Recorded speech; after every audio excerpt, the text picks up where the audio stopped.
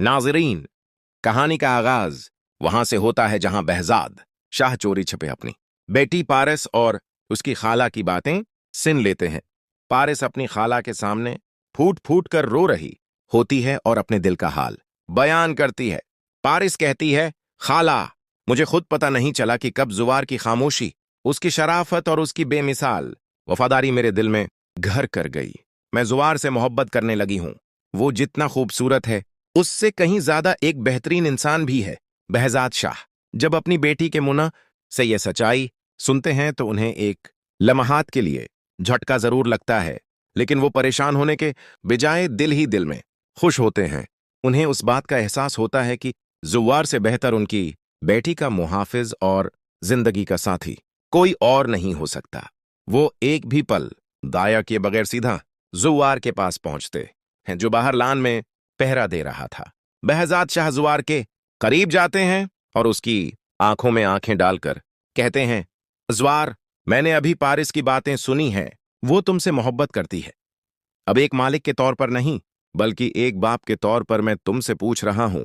मुझे सच सच बताओ, क्या तुम भी पारस को पसंद करते हो? जुवार पहले तो घबरा जाता है और नजरें झुका लेता है, लेकिन बहजाद शाह के बार बार पूछने पर अपना दबत्तोज देता है और एतराफ कर लेता है। वो कहता है, सर, पारिस मैडम जैसी लड़की से मोहब्बत ना करना नामुमकिन है। मैं भी उन्हें पसंद करता हूं, लेकिन मैं मजबूर हूं। मेरी मंगनी मेरे बचपन में मेरी कजन रेशम के साथ तय हो चुकी है और मैं अपने बाप के फैसले के खिलाफ नहीं जा सकता। बहजाद शाह जुवार की शराफत देखकर उसे हौसला देते हैं और कहते हैं कि तुम फिक्र न करो, मैं तुम्हारे बाप से खुद बात करूंगा। वो फौरन जुवार के वालिद एजाज साहिब के पास पहुंचते हैं और कहते हैं कि हमारे बच्चे एक दूसरे को पसंद करते हैं, क्यों ना इस दोस्ती को रिश्तेदारी में बदल दिया जाए।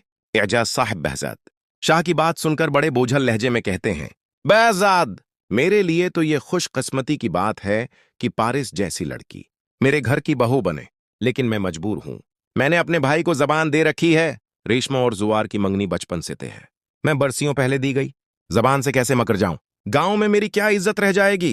एजाज साहिब जुवार को अकेले में बुलाकर पूछते हैं कि बेटा, क्या तुम वाकई रेशम को छोड़कर पारिस से शादी करना चाहते हो?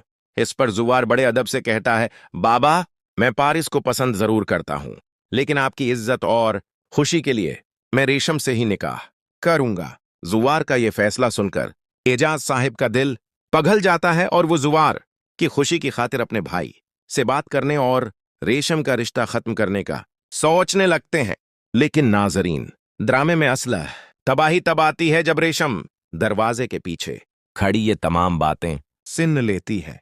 हसद और गुस्से की आग में जलकर रेशम ठान लेती है कि वो जुवार और पारिस को कभी एक नहीं होने देगी। रेशम कहीं से वहाब दरानी का नंबर निकालती है और उसे फौरन फोन करके बता देती है कि वहाब साहब, आपकी पारिस शिखर में जुवार के घर मौजूद है। ये सुनते ही वहाब दरानी की खुशी का कोई ठिकाना नहीं रहता कि जिस पारिस को वो तलाश कर रहा था वो जिंदा और महफूज है। वहाब दरानी अपने मुसला गंदों के साथ जुवार के गांव की तरफ रवाना हो जाता है ताकि पारिस को जबरदस्ती उठा कर ले जा सके। रेशम के उस हसद ने पूरे खानदान के लिए मौत का सामान पैदा कर दिया है। राजनामा मुहाफिज अब ऐसे खतरनाक मोड़ पर आ गया है जहां जवार को अपने बाप की इज्जत और पारस की हिफाजत करनी है। क्या वहाब दुरानी पारस को फिर से अगवा कर लेगा या जवार पहले की तरह अपने फर्ज को निभा पाएगा? अपनी कीमती राय कमेंट सेक्शन में ज़रूर दें। अगर वीडियो पसंद आए वीडियो को लाइक करें, चैनल को सब्सक्राइब करें, बेल आइकन को दबाना ना भूलिए। ऐसे ड्रामाई रिव्यूज़ और अपडेट्स के लिए जुड़े रहें हमारे साथ। मिलते हैं अगली वीडियो में, तब तक के लिए अल्लाह हाफिज़।